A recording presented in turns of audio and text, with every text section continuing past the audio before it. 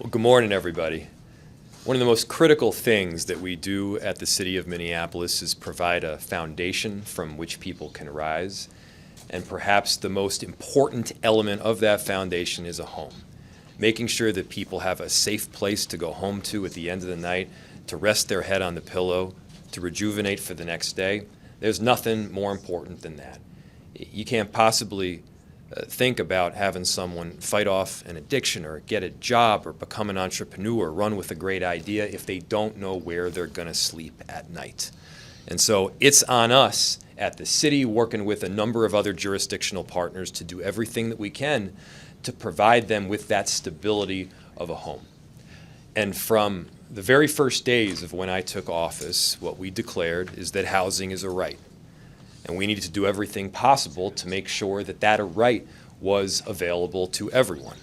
And through some tremendous work by our staff, Director Elfric Port, who's standing behind me, partners like Dr. Stately and so many others, we've got a team that is building affordable housing at record amounts. We're producing 2 times the amount of affordable housing that we were before I took office, and we're producing 8.5 times the amount of deeply affordable housing that we were just a few years ago. I'll say that again. We're producing 8.5 times the amount of deeply affordable housing. That's housing so that people who are experiencing homelessness have that next rung on the ladder to pull themselves out. Oftentimes they don't. Not only is that the immoral thing, it's also financially really stupid, because it costs far more to have someone cycling through homeless shelters, unsheltered homelessness, hospital stays, sometimes jail, than it does just to get them that foundation of a home. And so we've invested record amounts of money, in fact about $365 million in affordable housing, and that money has been put to really good use in getting people homes. This year, we have 11 new projects totaling over 800 units that we are presenting today. That's 11 new affordable housing projects with 800 units in them. That is 800 units that are giving people, families, children, a home. That's 800 units that are giving people who have experienced homelessness the stability of a place where they know they can sleep at night. And that's a really big deal and something that we are very proud of. And so I'm so pleased to announce these 11 projects that have received this funding. Some of the representatives are here with us today. We weren't able to be joined by Councilmember Jamal Osman. I know he's a big supporter, but he's got budget markup that is happening as we speak.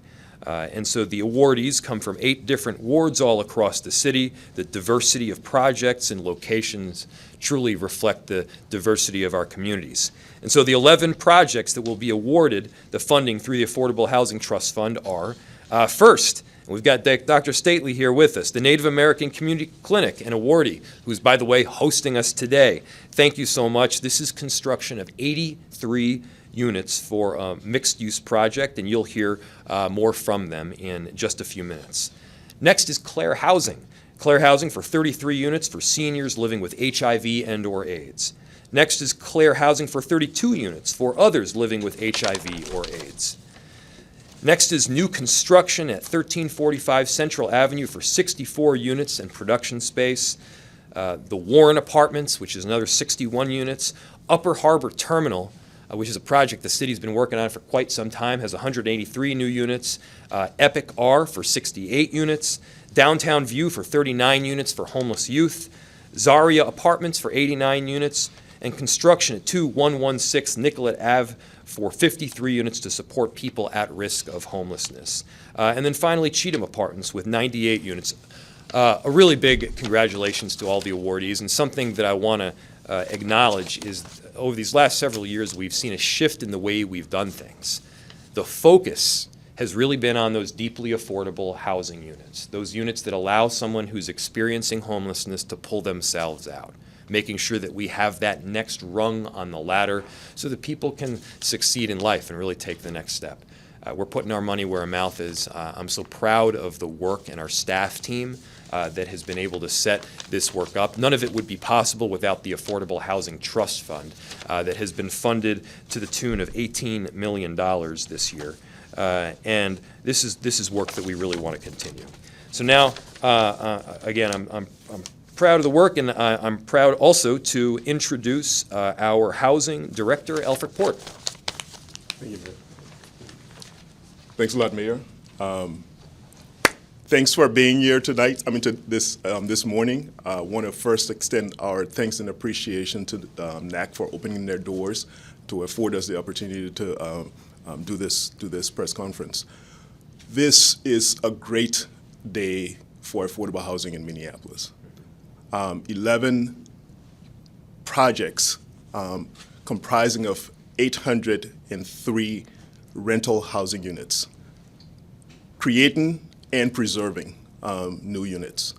I want to also say that the mayor talked about our focus on deeply affordable housing. Nearly 45% of these units will be dedicated to deeply affordable. That's households at and below 30% of the area median income. Including that number is about 101 of those units will be dedicated to serve the homeless population with wraparound services. Total $18.5 million. $17 million of that from the Affordable Housing Trust Fund, and an additional $1.5 million from the low-income housing tax credits. We could not have done this alone. Partners, our funding partners, the developers, and the dedicated staff. Professionalism comes to mind when I talk about the folks that I work with to advance this work. So I want to say thanks to the partners, thanks for the work, and we look forward to groundbreakings and ribbon cuttings in a few months. Thanks a lot, and I'm going to introduce Dr. Stately, who's the president of NAC. Thanks a lot for your work. Thank you. Bonjour, relatives. I'm Anthony Stately. I'm the executive officer and president of Native American Community Clinic here in South Minneapolis, and I just want to express our profound gratitude and appreciation to the mayor and also to the trust fund, and also I want to thank my my housing partner, Wellington Management Incorporated, which will actually help to build the building and also manage and operate the housing units above our clinic. We know that housing is more than just sheltering people. We also know it's a critical social determinant of health. It is probably the defining socially determinant health before our community right now in South Minneapolis. In Minneapolis and in the county of Hennepin, more Native American people are really significantly overrepresented in the unsheltered people living on the street and who are living in shelters and in homeless encampments. And the work that NAC does, this is a preponderance of the number of patients that we see. We are delivering, we have a very robust street outreach team that goes and works with them significantly, and has been doing that work significantly over the last couple of years. But we built that out over the last few years even more robustly, and we are doing that work in encampments every single day, helping people to get the things that they need for their health care, and getting them connected to housing. We've been doing that for a couple of years, and now with this investment from the city and all of our other investors and our partnerships, we are now going to be able to build a, I like to call it a 6-star clinic. Why go for 5 stars when you can get 6? 6-star quality healthcare center that's brand new, that's built with integration, centering culture at the center of what we do, because we know that that is a really important thing for the healing in our community and for our people. And then we're building 4 floors of housing above that 2-story clinic that is going to help stabilize people's lives and get them back into spaces where they can feel that they belong, they are supported, they are going to be able to help raise their families and be in the community doing the things that support them. We have a tremendous number of partnerships that I want to just name that have been significantly helpful in the design and you can see through these beautiful renderings that we have been working with Sam Olbixson, who has been doing foundational work here on the American Indian Cultural Corridor.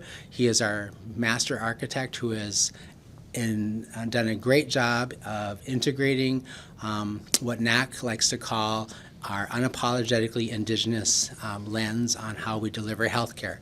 We are centering culture, and we are centering cultural healing at the center of what we do within a Western clinic, and I think we are producing some amazing results because of that. I want to tell you that this is foundational for us and historic, so thank you so much.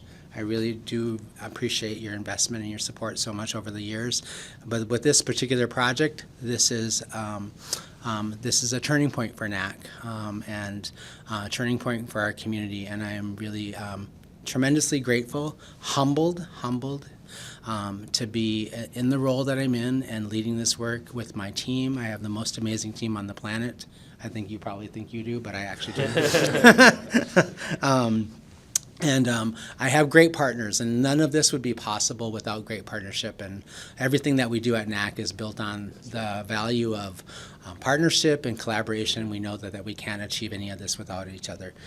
We are on a mission to solve and heal the deep wounds that are generational, multiple generations of Indigenous people living in South Minneapolis have struggled with homelessness chronically and generationally. We are committed to changing that and working with our partners to do that. So thank you so much for your time today. And please, if you have questions about these beautiful drawings, I'd be happy to help. I want to introduce our housing partner, Casey Dravachensky. Dravachensky, yeah.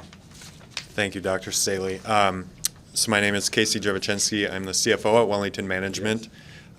We've been around for 40 years. We manage and have developed about 1,000 units across the city. But I would say we are also deeply humbled and honored to be part of this project. We got to know Dr. Staley and his team about 3 years ago when this was still in the vision phase, and we're just super honored to be here. And I think one thing that's unique about this project, it's, as a NAC being a Native-led organization, a critical piece of this whole project is there are 83 units on top of this building, but that land is going to remain in the ownership of NAC.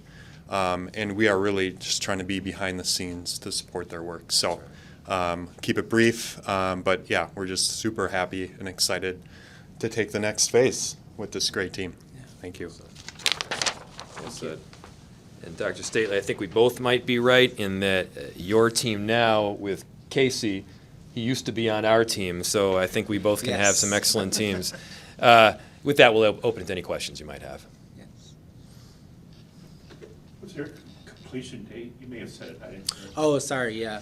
So we plan to break ground in March of 2025. So groundbreaking will be then.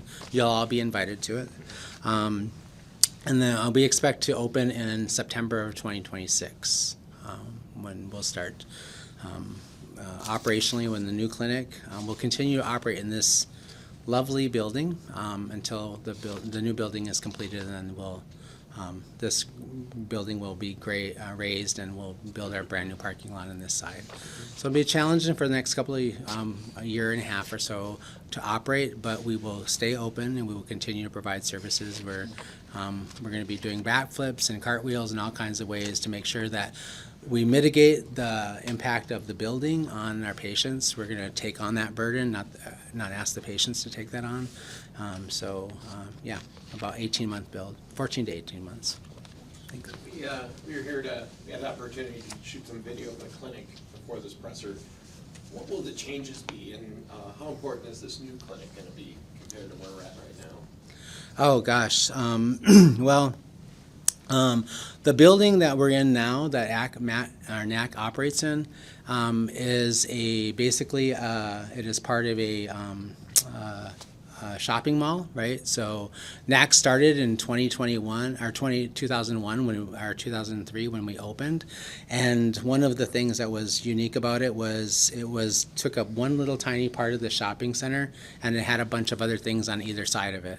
And as people left, we got the space, and we kind of just put a door where it made sense to put a door, those kinds of things. So the clinic has never really been all that well integrated and thoughtfully planned as a clinic. It's just sort of kind of been jerry-rigged together, like a lot like my home, actually, or the home I grew up in, actually, I would say that. What's different about this building, it has been thoughtfully planned and from the very beginning to be specifically culturally centered with, unabashedly, you're going to walk into the new clinic and you're going to know immediately, even before you get through the front door, you're going to know you're in an indigenous space because the gardens around the clinic are going to have indigenous medicines growing in it. And those medicines will be used both in our clinic and also given out to the community because those medicines are important to our healing. You'll walk into the lobby and you'll see a big, huge drum room. This is a little bit of an interpretation of it. That drum room is going to be, that represents the heartbeat of our nation, the heartbeat of our mother. It's the first thing we hear when we become, when we are in our mother's wound. It is the thing that tells us we're human and we are relatives. And we have planned the space so that you can move throughout the building and you can have, there's going to be a significant amount of investment made in the integration of our team so that they can work more collaboratively, more seamlessly, and clinical flow works better for both patients and also staff. And so we are designing this building to be, my hope is, and I think, I've been in a lot of other clinics, I've never seen a clinic like it before. It's not been built yet, but I got to virtually walk through it, and it's pretty amazing. If you want the virtual link, I'll send it to you. Yeah, it's a game changer for our community. Yeah, it's a game changer. Yeah, it's oftentimes we kind of have our heads down doing the work, and it's seldom that we pick our heads up to recognize some of the successes we're seeing. When I go around the country, we talk to other mayors, we talk to the Secretary of HUD at the federal level. They highlight Minneapolis, not just as one of the top cities for affordable housing, but the leader. They highlight the policies that we've pushed forward as setting the stage for so many others to follow. And this is work that is led by so many great people on our team, and we're really proud of it. Any other questions? No? All right. Thanks, everybody.